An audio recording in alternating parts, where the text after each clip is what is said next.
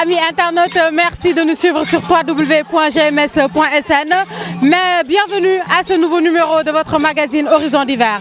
Aujourd'hui, Horizon d'hiver se plonge au cœur de la tradition Diola. Nous allons vous faire découvrir aujourd'hui une tradition vraiment partagée par l'ensemble des peuples Diola, aussi bien dans leur diversité culturelle que dans la diversité des localités. Ce que nous appelons aujourd'hui l'initiation ou l'entrée dans le bois sacré. Nous sommes aujourd'hui avec le village de Moulamp de la ceinture du Boulouf, entre Kartiak et Thionkessil. Voilà, d'ici quelques mois, ce village va organiser ce qu'on appelle une grande cérémonie d'initiation qui est l'entrée dans le bois sacré.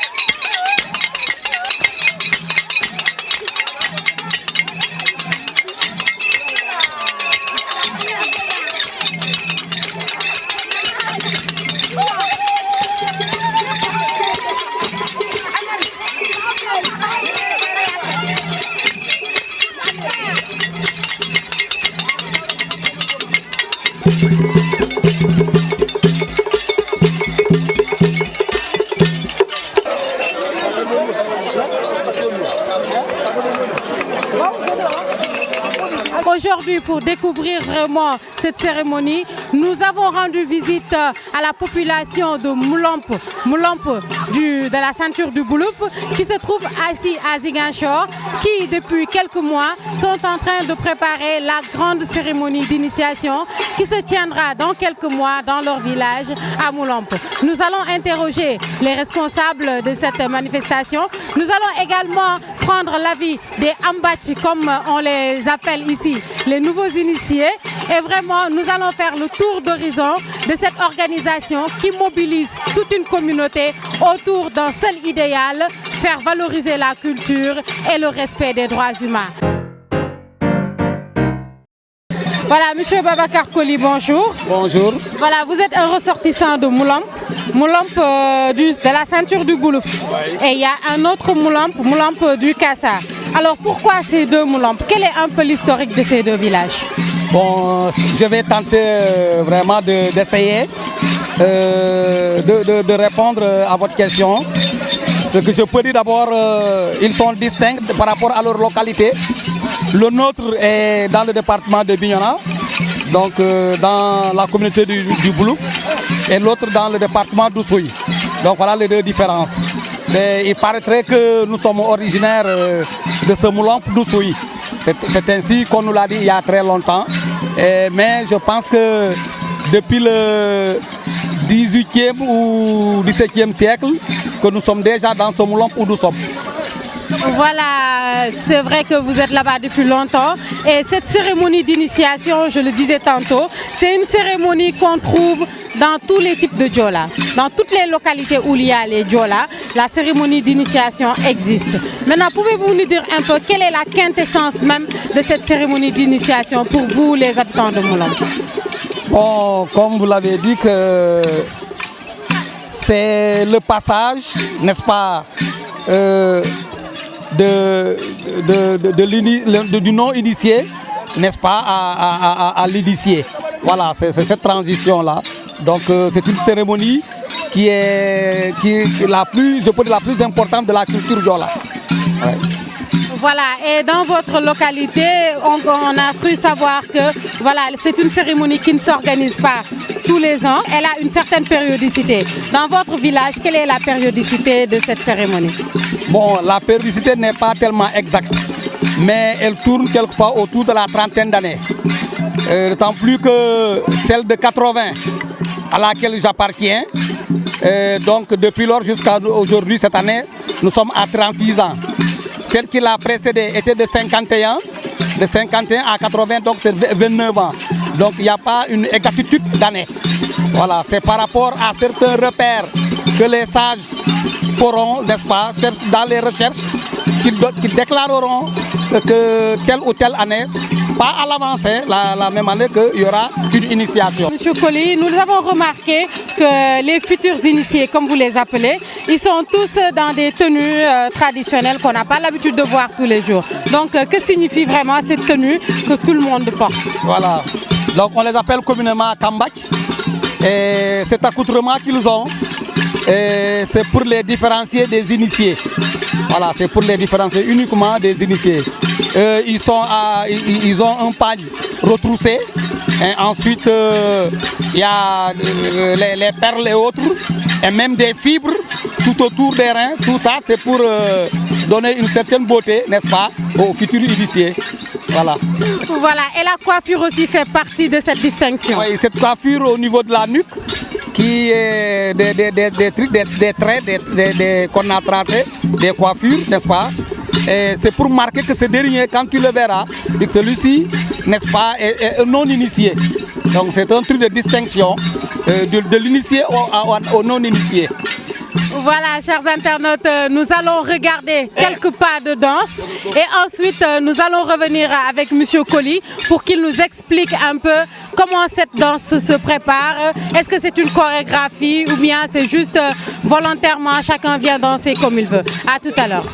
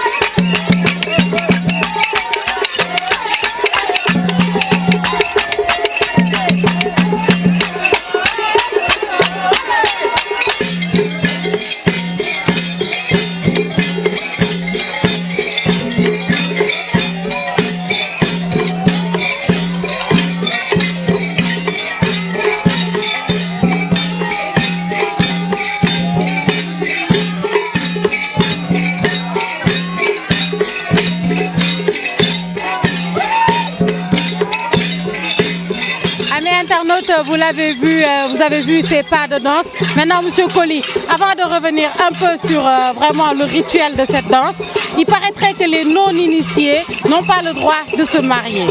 Pourquoi cela? Pourquoi cela? C'est tout simplement un interdit.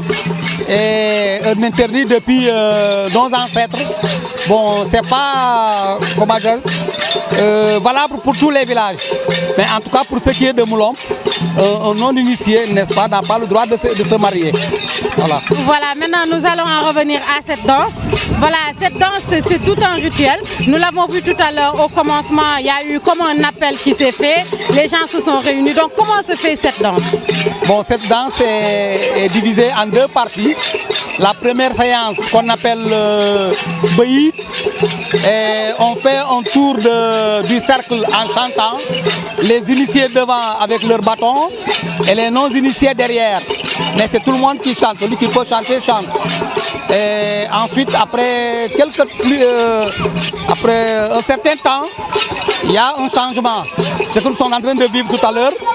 Et nous allons maintenant aller à l'autre danse qu'on appelle un manchouaï.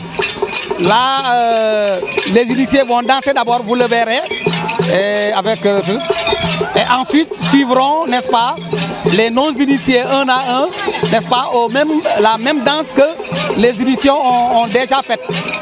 Voilà. Voilà, est-ce que lors de vos répétitions, il vous arrive d'inviter d'autres villages à venir participer?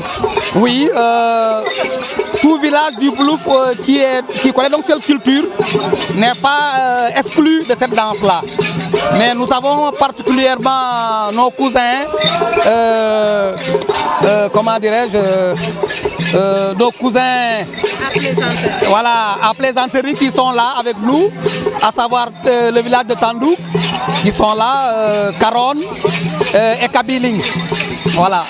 Voilà, donc vous invitez souvent les villages à venir participer, à venir partager votre culture. Voilà, parce qu'ils la connaissent et ils la vivent, n'est-ce pas? Et dès qu'ils sachent que cette danse-là est quelque part, c'est de façon involontaire, donc on sent ce qu'on ressent, donc le rythme et tout ça, et on est convié à ça. On vient tout seul. Voilà, maintenant on voudrait savoir les pagnes qu'ils attachent après la cérémonie. Qu'est-ce qu'ils font de ces pagnes? Bon, ces pagnes-là qu'ils attachent, c'est leur maman ou leur soeur les récupéreront après. Ouais, parce que ça sera d'autres pagnes qu'on leur donnera avant d'aller dans le bois sacré.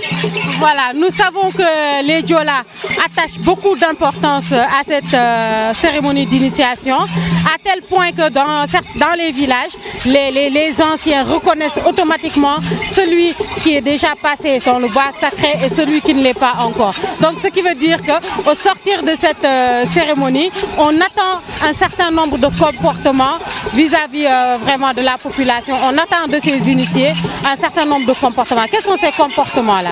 Bon, les comportements, c'est la préparation, n'est-ce pas, à devenir un homme complet. C'est-à-dire ce dernier, disons, aura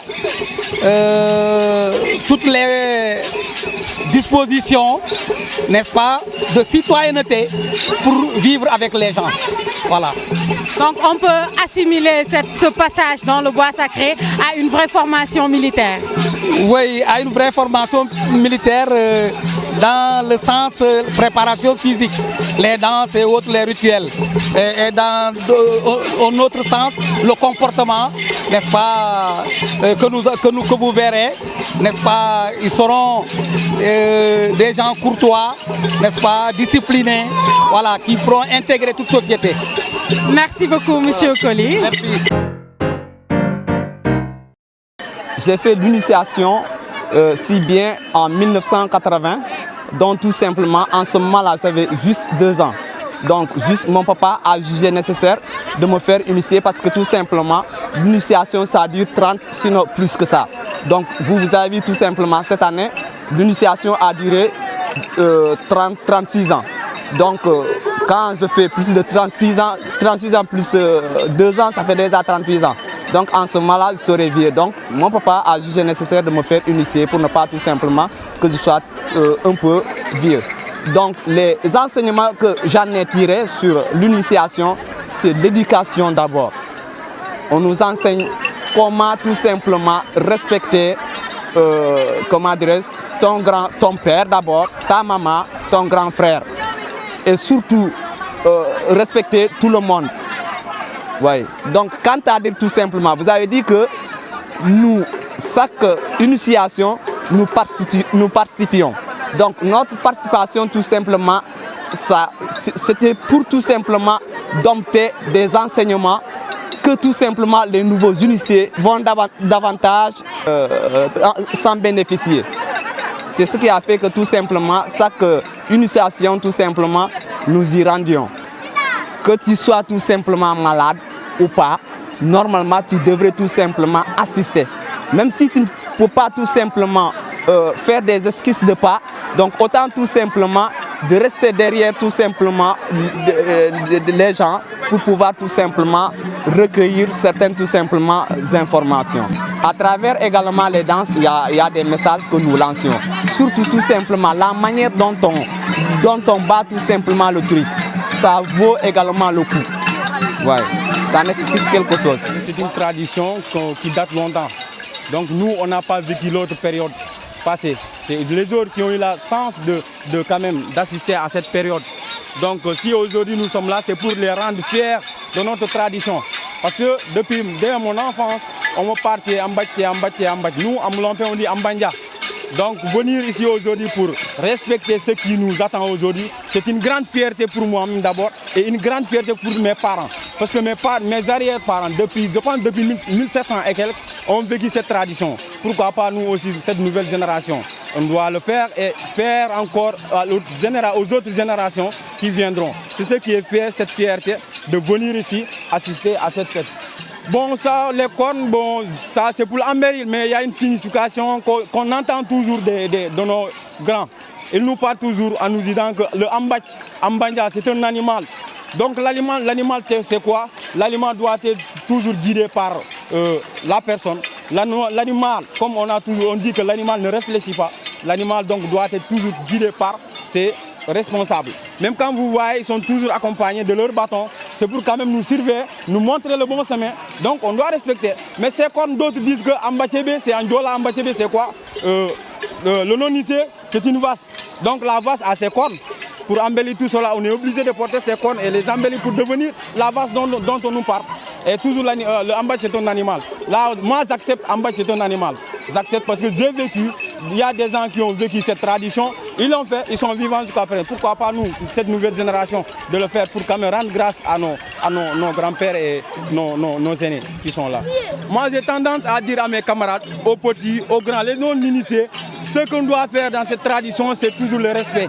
Quand on respecte cette tradition, c'est devenu quelque chose de tellement léger pour nous. Parce qu'eux, ils ont respecté. S'ils n'ont pas respecté, nous, on n'allait pas quand même assister à cette tradition. Parce que ce sont des étapes.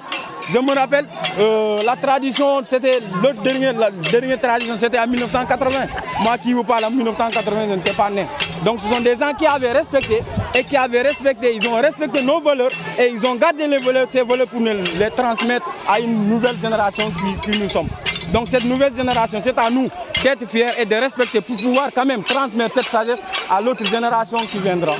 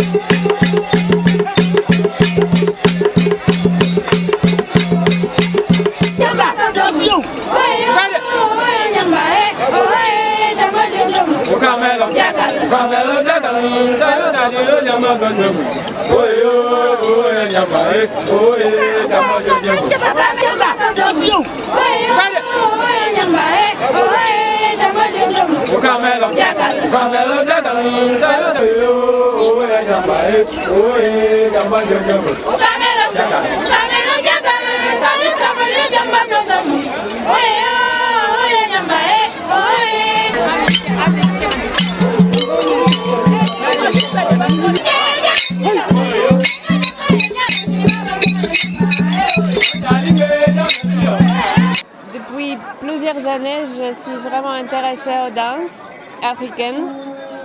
À l'époque, j'habitais à Guinée, Conakry. Et j'ai dansé beaucoup. J'ai dansé aussi dans des fêtes dans l'Hérault avec mes amis qui ont été des jureurs, etc., etc. Et quand je suis venue ici à Ziguinchor, en fait, au Casamance, j'ai remarqué que la groupe de Diola, leurs origines sont très fortes et ils montrent leur culture.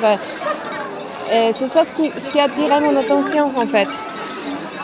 Et depuis que je suis là, j'ai rencontré beaucoup des amis qui sont Diola. Et maintenant, je vois comment ils se préparent pour des rituels pour le mois d'août. Et ça me fascine, vraiment. J'ai beaucoup de respect pour ça et je suis vraiment contente qu'il arrive de montrer ça. Et même si on est à Ziguinchor, c'est une ville, mais la culture et la tradition est toujours vivante.